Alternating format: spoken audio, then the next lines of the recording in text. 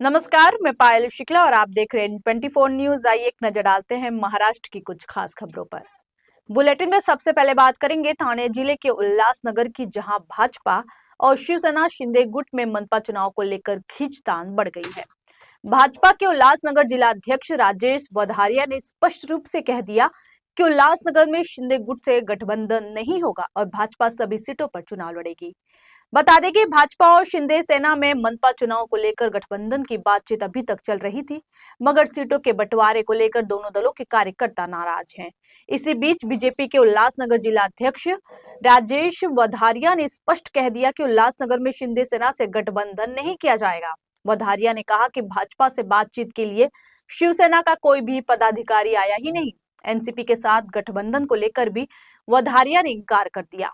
कुल मिलाकर उल्लासनगर से भाजपा शिंदे गुट गठबंधन में दरार पड़ गई है और दोनों दलों ने एकला चलो की नीति स्पष्ट कर दी है। महायुति गठबंधन उल्लासनगर में नहीं होगा। भारतीय जनता पार्टी अपने बलबूते पर चुनाव लड़ेगी।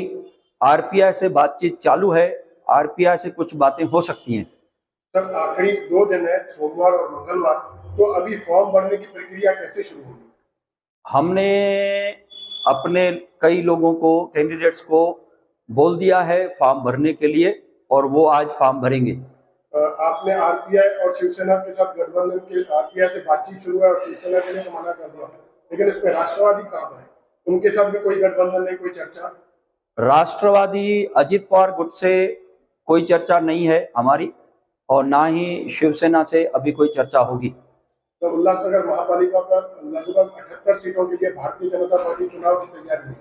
बिल्कुल, हम लोग पूरी 78 की 78 सीटों पे चुनाव लड़ेंगे। सर, आपसे एक और सवाल, आखिरी सवाल पूछेंगे कि ये जो महायुति में गठबंधन नहीं हुआ बीजेपी और शिवसेना का, तो इसमें सबसे बड़ा कारण क्या हो सकता है?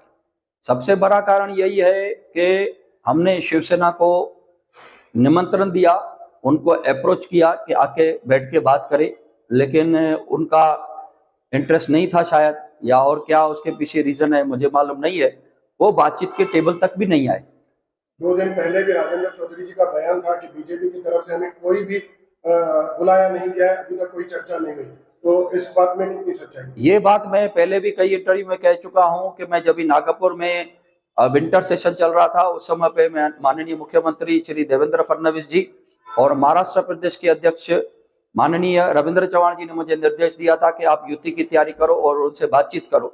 मैंने स्वयं डॉक्टर श्रीकांत शिंदे, हमारे खासदार हैं, उनसे फोन पे बात की। उन्होंने कहा कि मैं संडे के दिन आऊंगा उल्लासनगर में, आपसे आके मिलता हूं।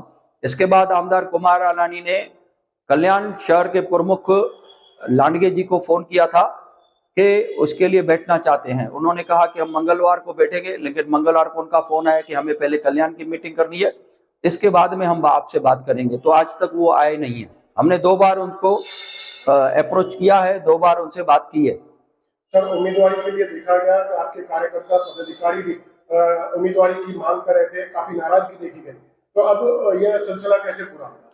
देखिए, ये नॉर्मल है कि जिन कार्यकर्ताओं ने 10, 15, 20 सालों तक काम किया है, तो वो अभी उनकी ये इलेक्शन है, उनका ही चुनाव है और वो चाहते हैं कि भाई ये उनको टिकट मिले। और भारतीय जनता पार्टी अपने कार्यकर्ताओं की जो भावनाएं है उनका ध्यान रखते हुए, उनका सम्मान करते हुए युति नहीं कर रही है और 78 के 78 सीटों पे हम लोग अपने कार्यकर्ताओं को मौका देंगे।